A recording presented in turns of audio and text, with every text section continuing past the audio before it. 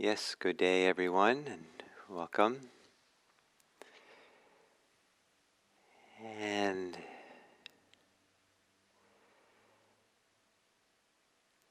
so one of the orientation I've been talking about these last 2 weeks is that of wholesome and unwholesome, skillful and unskillful. And to learn to recognize when in meditation the mind is doing something unskillfully, that's unhelpful, not useful. And also to recognize the authority we give these unhealthy thoughts and ideas, their importance we grant them, and in doing so, being involved with them, maybe even perpetuating them. But also recognizing that there's an alternative. There is wholesome, skillful, useful, helpful ways of engaging the mind. And part of the healthy, wholesome ways is not to be angry or upset about the presence of unwholesome, but rather to meet everything with compassion, with kindness, but not with a compassion or kindness that accepts it in a way that just perpetuates it, accepts our involvement with it, our entanglement with it, accepts the way we give it importance and authority, but lovingly and openly, kindly, stepping away from it and either holding it kindly or focusing on something which is more wholesome. So in both circumstances, one of the most wholesome things we can do is to meet everything with friendliness. It's my translation for today for metta, sometimes translated as goodwill, sometimes as loving kindness. And so when we have unwholesome states of mind, that we hold that, we look upon that with kindness, with friendliness, but not to, condone it, but just to, but not to condemn it either, but to end the ways in which we perpetuate these things, but to hold it kindly, so it can relax perhaps, or so that we can relax around it. And to view everything in a friendly way, to view ourselves, be our own friend, be a friend for our breathing. So to have goodwill, friendliness to all things. And it doesn't have to be so complicated to do so maybe, but some very simple, basic human capacity for kind of a simple friendliness to our experience. And to begin this meditation, you might close your eyes, and you might simply think about some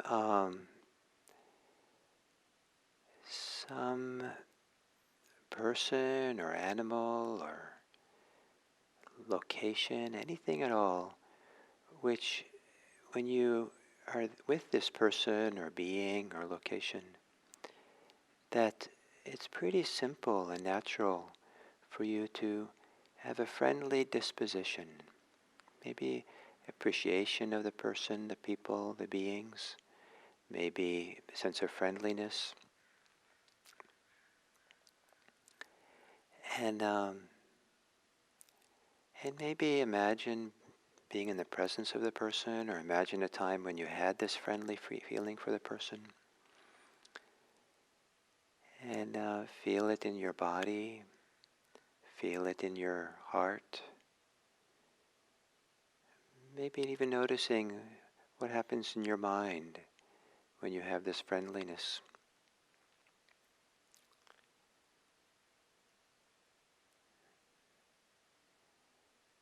And then to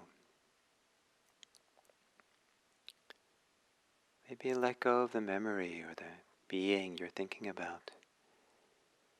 But let's keep the sense, the feeling of friendliness, the sense of it. Almost maybe as if it's an open door, and then you allow your experience to come into it. And then allow your breathing to come into your simple friendliness.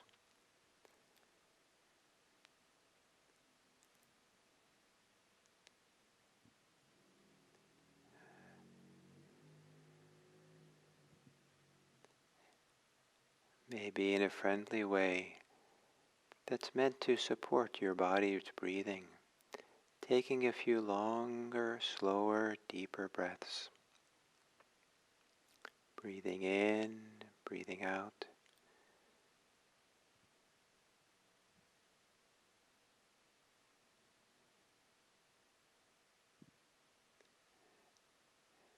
To be with someone as a friend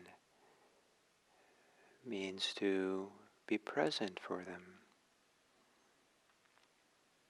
Not too much and not too little, but to be present in a friendly way. Then letting your breathing return to normal. And continue to be with your breathing in a friendly way, or allow your breathing to breathe through or with a feeling of friendliness and kindness.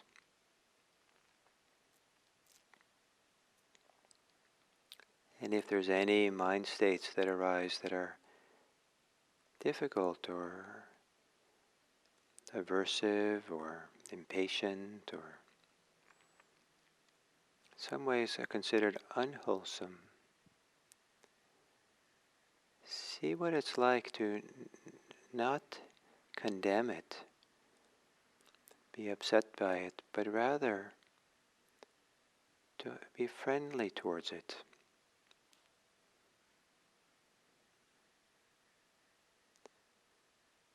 As if you're friendly with an angry person, and the friendliness helps the angry person to relax.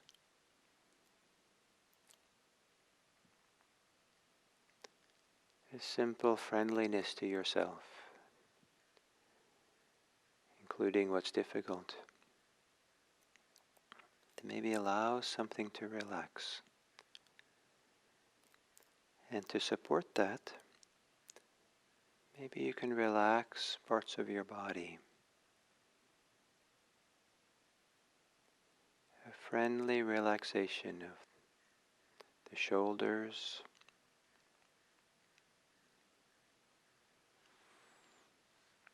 the belly,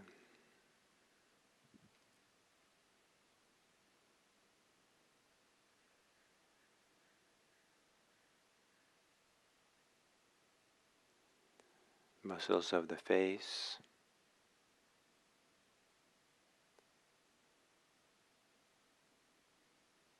and a friendly softening, relaxing of the mind.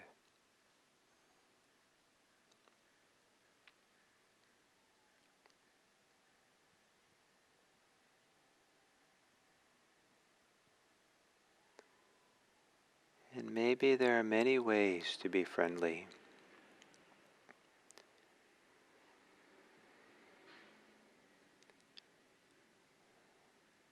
See during this meditation whether you can find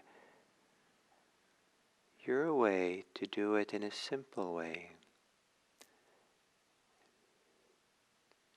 without a high standard, but just good enough. Friendly disposition of goodwill, care, kindness.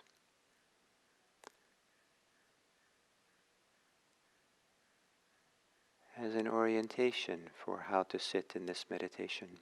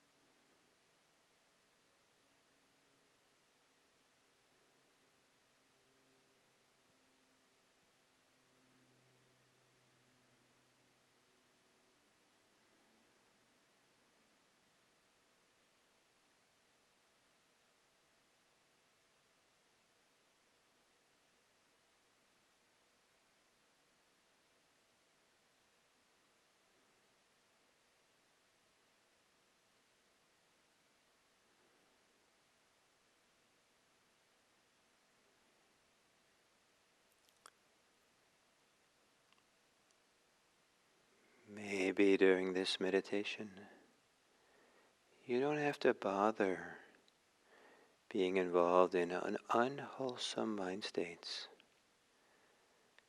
This is a time you can take a vacation or a break from your involvement with them. Any involvement except a basic friendliness to all things, including what's unwholesome.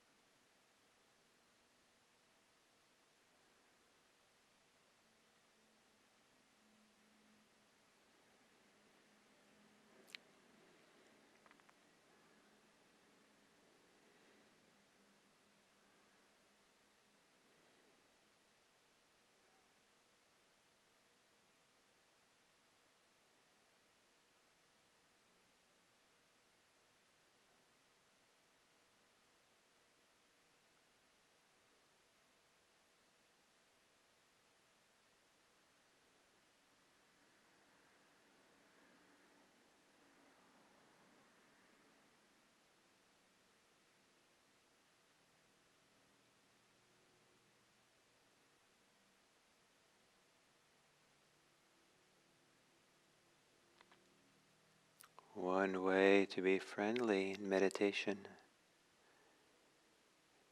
friendly towards all experience.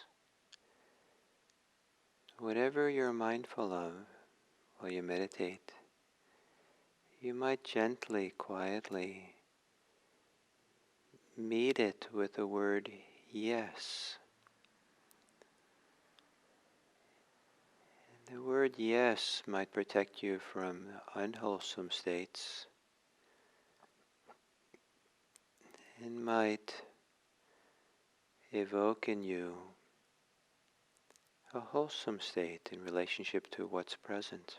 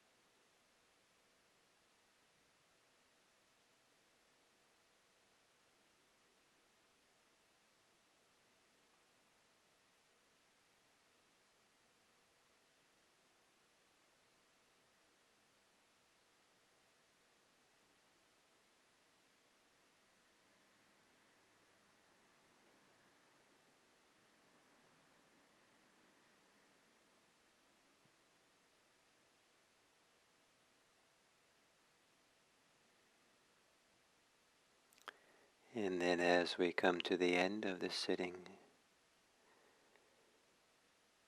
to turn our goodwill outward into the world, to in a sense gaze upon the world with kind eyes in a way that might be easier or clearer when we're calm or settled.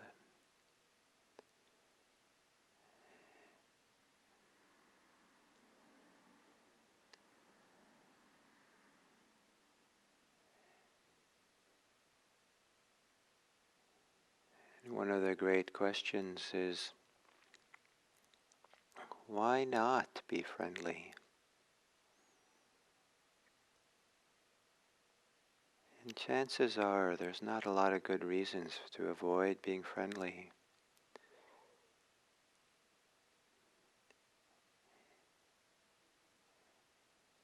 Friendly doesn't have to be dramatic or doesn't require much of us. We have to do something or agree with people or invite them into our homes. It just means that we have goodwill in our hearts, that we look upon them in friendly ways, even if we keep walking away.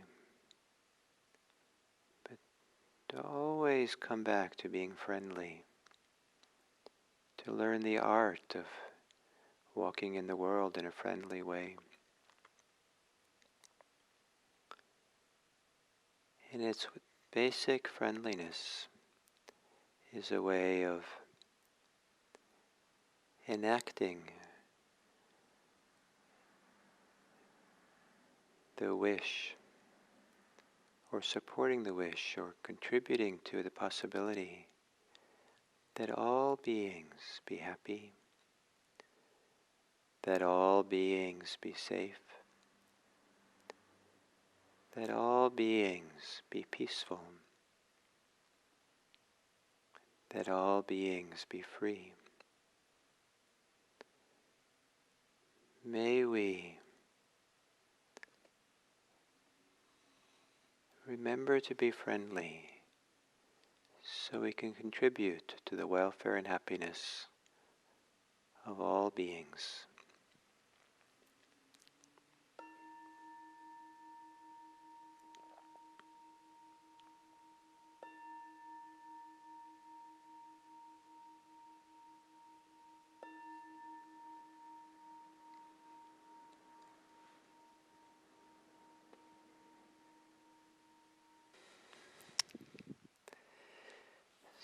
So, as we come to the end of these 2 weeks that I've been talking about Kusala, wholesomeness, and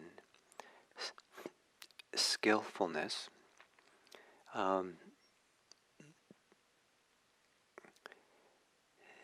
there was a man who came to the Buddha to ask a question about the Kusala Dhamma, question about skillful teachings, spiritual teachings, or wholesome spiritual teachings.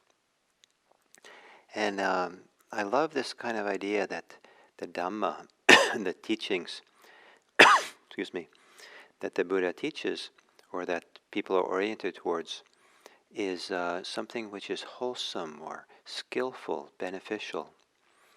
And that's an alternative to someone coming and talking about what is the true teaching, as if there's some absolute truth, ultimate truth that we have to discover, or teaching which is ultimate, the ultimate teaching, that the most profound teaching ever. And the Buddha regularly kind of avoided that kind of language, but it was always pragmatic, and he emphasizes that which was wholesome and beneficial, that which was beneficial for leading to the end of suffering, and brought happiness and welfare. It's a very different orientation for religious teachings, where many times in philosophy and religion people are looking for what's ultimately true. And Buddhism, it's more looking at what leads to happiness and welfare, and what leads to the end of suffering.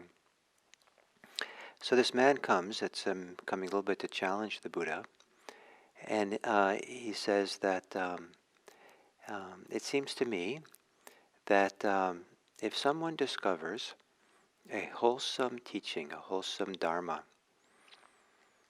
that they shouldn't teach that to anybody else, because it's an impediment to them, it's an obstacle to them, it's just causes them headaches to have to go and teach other people. And after all, what can one person do for another person? Implying that you really can't do something for much for other people. And so he asked, what do you think about this to the Buddha? And the Buddha said, well, let me reply with a simile.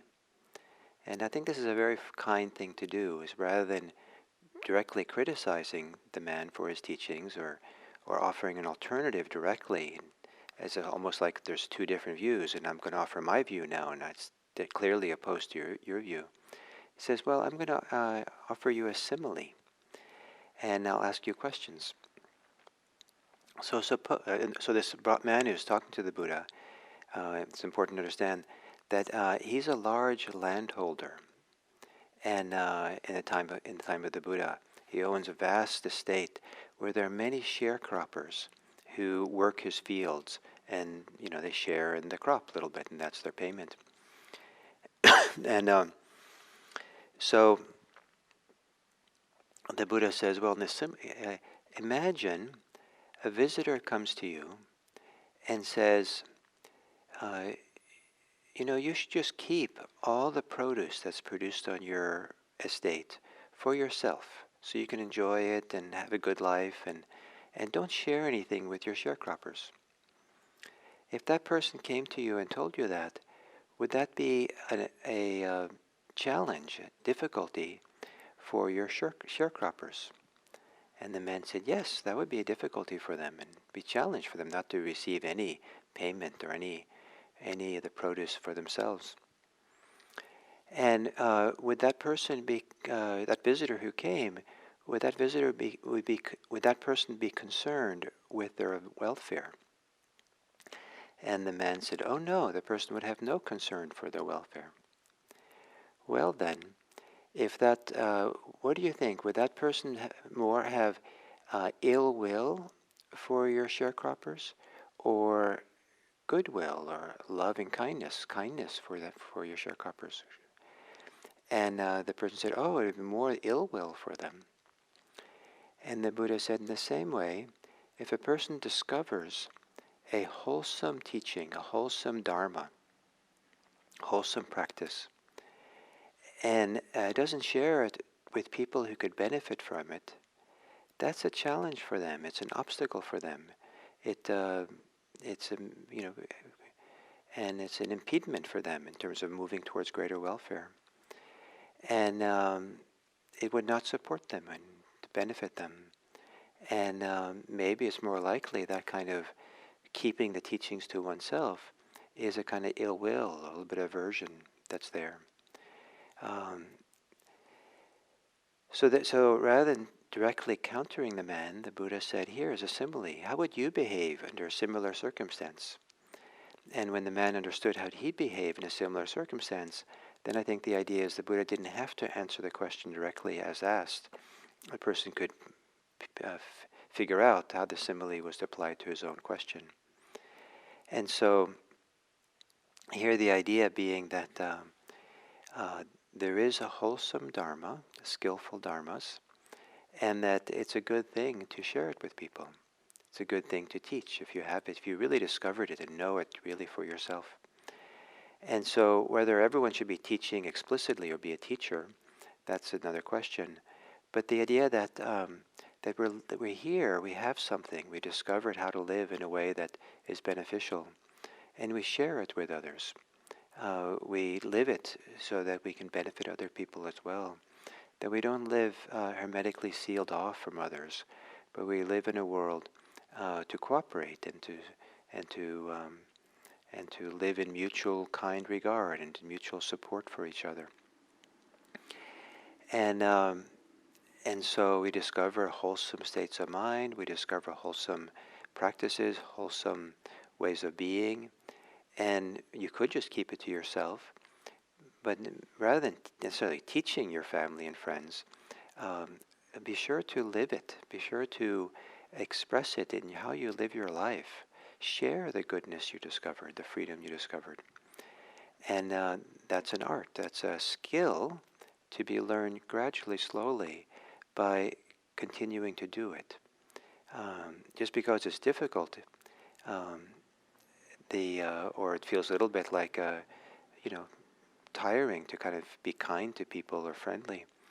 Um, if we keep practicing it and doing it, it becomes easier and easier. It becomes second nature, and in some sense, it eventually becomes easier than many of the alternatives. So the wholesome Dharma, and I want to end this series of talks with emphasizing what I've said now repeatedly about the nature of the Buddha's teachings, that they're pragmatic. There are many people who came to the Buddha to ask ultimate questions, ultimate spiritual, religious, philosophical, existential questions. And some people even demanded the Buddha that he should answer these kinds of questions, like, does the soul exist? Will the soul exist after we die? Does the soul die when we die? Is consciousness something eternal? Is consciousness something that is temporary, only here when we're alive? Is the world eternal? Is the world not going to last forever? Is the world infinite? It goes on forever, or is it finite? All these kinds of ultimate questions, and we can add probably all kinds of ones that we've probably heard ourselves over time. Um, and some people really want answers to these things because somehow that reassures them or tells them they're on a good path, or I don't know what the reasons, but the Buddha always said, oh, those kinds of questions, they are not beneficial. So he kind of mostly just stays silent. He doesn't answer those questions. They're not beneficial for helping people come to the end of suffering, to discover a real happiness. And what I teach is the practice, the orientation, the view that supports people to discover what is really beneficial, what brings welfare, what brings happiness, the end of suffering. And and uh, and so with this kind of pragmatic orientation, the Buddha's concern is really with people's suffering and overcoming it. Uh, that's the topic. And sometimes our particular Buddhist tradition is considered kind of a lesser Buddhist tradition, and maybe that's a nice label we can embrace because yes, it's lesser in the sense that it doesn't pursue all the grand and wonderful cosmic existential questions that people can think of, but rather focuses on something very fundamental and root, that is the suffering and the end of suffering, happiness and the discovery of a lasting, really profound happiness and well-being.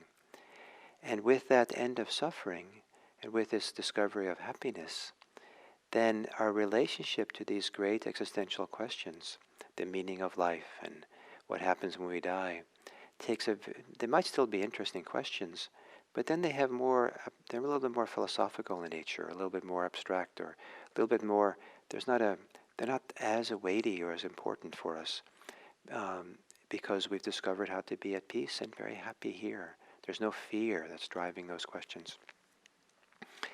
So, wholesome and wholesomeness, skillfulness. This is a really fundamental concept in the teachings of the Buddha that I find quite inspiring. It's meant to simplify things, to keep us close to what's most important if what we want to do is to become free of suffering. So thank you very much, and I hope that you will live a wholesome, skillful life for your own sake and for the sake of others.